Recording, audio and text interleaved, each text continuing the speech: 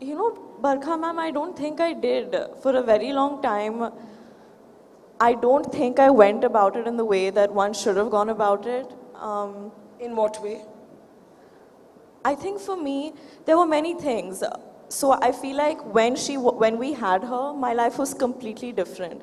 And when we lost her, I was bang in the middle of the shoot of my first film. And then the film came out and then my life changed. So it was almost as if the life I was leading before was this idealistic, fictional life that now I feel like I never really had it because what I'm living right now is so different. And so the way I think I coped with that loss was that I just dove into work because the last few months before she passed, she just kept saying, you've chosen to do this, give it your best, give it your best, give it your best. And so that's the only thing I'd keep hearing in my head. One of the last conversations I had with her was about... I have to come and sit with you.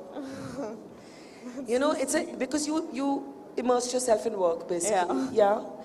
Why I came to you was, I lost my dad to COVID in the second wave. And the only way I knew how to deal with it was to keep working. And I'm kind of sort of seeing you cope with loss in the same way, but it catches up with you, doesn't it?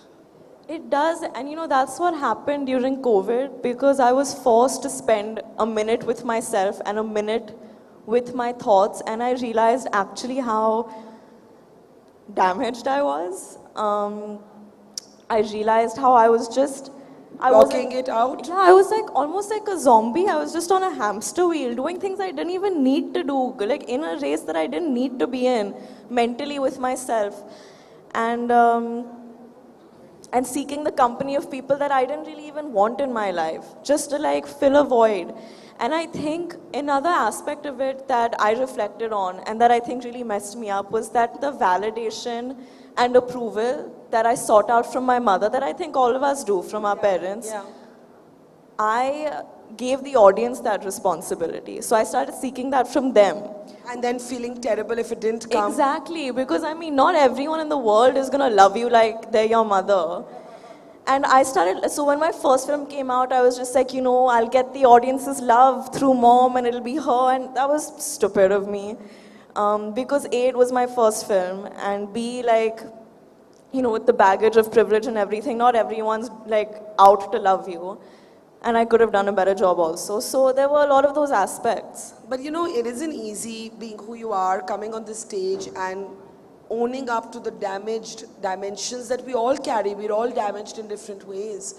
So thank you for sharing that. When you close your eyes and you think of your mom, what do you remember?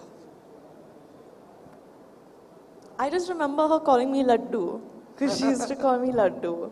That's so sweet. And it's so weird, ma'am, because every time I'm on set and I'm in front of the camera in my most vulnerable moments, I feel like in front of the camera is the closest that I'll ever be to her.